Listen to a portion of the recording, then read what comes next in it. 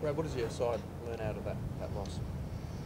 Oh, it's a really good lesson as to when the opposition are very good, as Fremantle were, and their defensive pressure was applied with the vigour that we expected going in. If we're not at our best, we'll get beaten.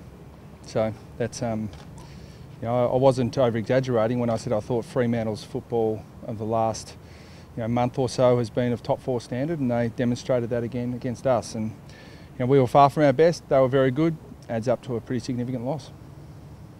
There's obviously going to be a percentage battle between yourselves and Fremantle, and potentially Geelong as well.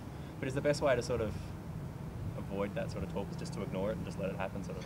Anyway? No, we can talk about it if you like. But my last, I'm actually claiming credit for that. It wasn't my last count, but I think there's over 50 permutations between percentage and ladder finishes this week. So mathematics was never my strong suit. So I'm not going to start trying to work it all out now. And it's a poor mindset anyway. I mean, our attitude for this game will be, we learned some valuable lessons last week against Fremantle, some things we've got to fix up. We're fortunate we've got another week before we go into the finals to get those things right. So I doubt we'll make any changes, and if we do, there'll be minimal changes to the side this week.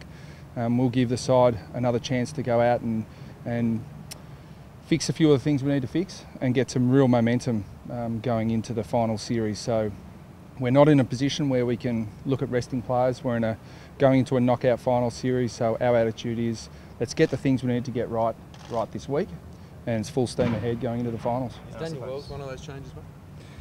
Well, he's one that we'd obviously bring in if he's fit, but we won't. He'll train little bits and pieces today and train fully with us on Friday, and then we'll probably make a decision later in the week, but there'll be absolutely a no-risk policy with him. So he's either absolutely 100% ready to train or we won't play him. Grimer's in the same boat as well. Yeah, so how's he tracking? Yeah, he's look, they've made really rapid progression over the last 3 days. So, ideally we'd like to play them. And so we won't be holding them back if they're 100% right to go. But, we'd be silly to take a risk if we weren't convinced that they had enough training under their belt. If you're staying 8th at the moment, as you are, Brad, realistic chance of playing West Coast and Perth. Is that something you're conscious of wanting to avoid? No, because the alternative's not great either. Geelong at the MCG. Could be Collingwood. Could be anyone. So it could be Freo here. So I mean, we know from last week that's no easy challenge either. So we're not concerning ourselves with who we play. Our priority is getting ourselves in the best possible physical condition, ready to play, and with our players in good form, with real confidence in how we're trying to play the game. So flat chat this weekend? Absolutely. We'll be going with an attitude to fix up some things that went wrong last week, and if you start playing with your side, then you can't fix those things. So we'll continue to pick our side on form, and if we get anyone come back, that'll be great in Wells and Grimer, but if they're not right, then I doubt we'll make too many changes. Considering the team didn't really meet the challenge of finals type football last week, how does this week suit with GWS, considering how far off they are from sort of that top 8 type play? Yeah, I mean technically that's where they sit, but I do your research over the final games of years gone by, in games that appear fait accompli, and quite often the results go the other way. So but again, that's not really our focus. I mean, our focus is on some really clear things that we didn't do well last week, and we've got to be disciplined to do that regardless of the opposition. And the players are really clear as to what those things are. We'll train that really hard on the track today, and then we'll look forward to implementing those things against GWS so that we've got real momentum and real confidence in the way we want to go about things going into the finals. After such a good run and then a disappointing end to the game last week, how is the team feeling sort of heading into training? Is there a sense of sort of a bit of shock at all? No shock whatsoever. I mean, look, the end of the game, it's not irrelevant. I mean, you go through the Fremantle goals. We got beaten in the centre clearances 22-7. Goldstein was obviously off colour. So those sort of things we think we can fix really quickly. What concerned me more were the first 3 quarters against Fremantle. You know, they were very good. We didn't do what we needed to do. So, you know, and we're really confident we can fix that really quickly. So it's not a matter of being concerned. The players are crystal clear as to what they've got to do, and you know, we'd relish the challenge to play Fremantle again if we got the chance. You say there'll be limited changes, if any, but can you and will you maybe manage game time or anything like that if the possibility arises? Potentially, but you can't plan that. You know, you can.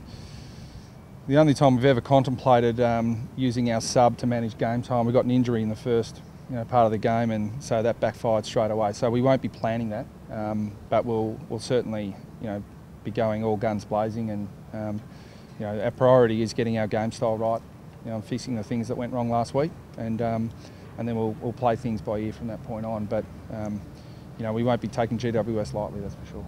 You mentioned after the Freo loss, Brad, that you might look at getting some fringe players in to give them some AFL game time, but you changed the thoughts on that? Yeah, no, that was I was just trying to be as honest as I could there, Nick. I did think that I was never of the philosophy of resting players because we think we've got that luxury. It was more that if we did leave players out and we did make changes, it'd be more who we wanted to bring in. We've wanted to bring Cam Pedersen in, for most of the year, but he hurt his ankle last week, so we didn't get the chance to do that. Will Sierakowski's been an emergency, for a long time. Aaron Mullett hasn't played for a long time. Cam Delaney's someone we think can come in and have an impact. He hasn't played in 12 weeks. So, there was a school of thought that we needed to get some AFL game time into some players who have been playing VFL for a long time, but were worthy of a spot in the AFL team. But after match committee and discussing with some of the coaches, we feel our best approach is to play our best team, try and play our best footy, and go into a knockout final series in good shape. How's Goldstein? Yeah, he's pretty good. I mean, he was still a bit under the weather, on the Monday morning, but he feels pretty good now. So we anticipate he'll play. But if he was still sick, we wouldn't hesitate to make a change there. But he looks okay. If centre clearances is one area you want to rectify after last week, GWS isn't necessarily the worst team to play against because they've been alright in those sort of areas. Yeah. The recruiting policy's been to recruit genuinely hard players and guys who can win the contest, and they'll have a really strong focus on contested footy and their tackling pressure. And Jonathan Giles has been terrific in the ruck for them this year. So, one area where they have competed really well is in that clearance area, and I know it's a really strong focus for them.